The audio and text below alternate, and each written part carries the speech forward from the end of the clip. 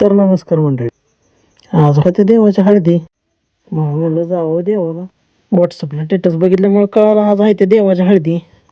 त्यात मंदिराच्या जवळ राहायला असल्यामुळे स्पीकर बी वाजत होता, त्याच्यामुळे म्हणलं जावं मंदिरात लवकरच. बाबांचा पण फोन आलता. त्यांनी पण सांगितलेलं ये 8 वाजता मंदिरात म्हणून. मंदिराच्या मेन गेट मधनं आता कमी एंट्री करतोय, नाही तर गोट्या पहिल्यांदाच आडवा. त्याला विचारलं, म्हणलं काय चाललंय बाबा तुझं.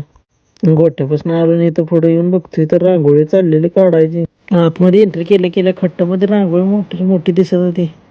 रांगोळी पाशी बापू उभा राहिला. बापूला म्हणलं काय चाललंय बापू. बापूची विचारपूस झाल्या, म्हणलं बघा नियोजन काय चाललंय.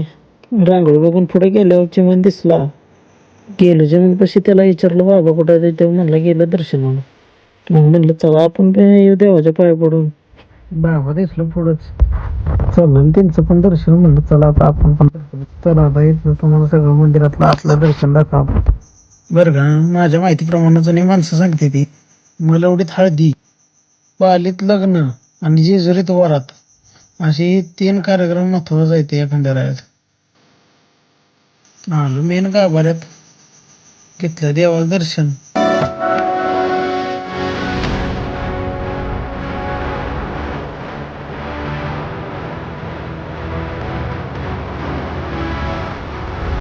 गाभाऱ्यातनं बाहेर आल्यावर डाव्या बाजूला देवाच्या अश्वारूढ मूर्ती आहे, त्या भक्तांनी अर्पण केलेली. आलो बाहेर का वाजवाय चालू करायचं होतं, त्याच्यामुळे बापूला म्हणलं माईक दे. बापूने दिला माईक. बाबांकडे आलो माईक घेऊन. बाबा चाललेलं तोपर्यंत टीम लावायची. बापू म्हणलं माईक चेक कर. माईक चेक करून दिला बाबांकडे.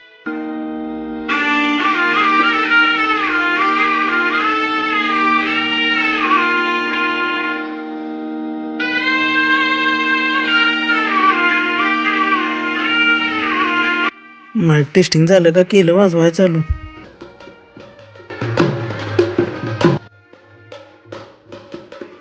प्रत्येक वर्षी आम्हाला बोलावते त्या हळदीला, देवाच्या लग्नाला, रथाला. आज 21 तारखेला हळदी झाल्या, 26 तारखेला लग्न आणि 1 तारखेला रथ आहे देवाचा. वाजवाय चालूच होतं. हळूहळू माणसं येते ती. हळदीचं टायमिंग असतं 9:05 तोपर्यंत वाजवायचं.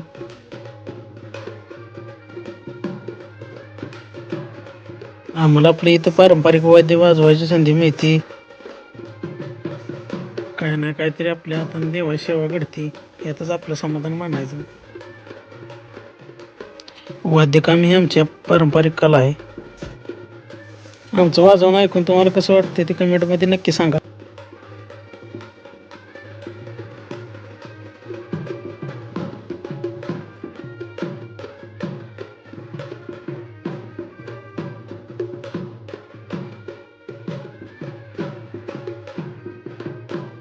वाजवायचं थांबलो, हळदीचा विधी चालू झाला. गावकरी यायला लागली. बघता बघता मंदिरात गच गर्दी व्हायला लागली.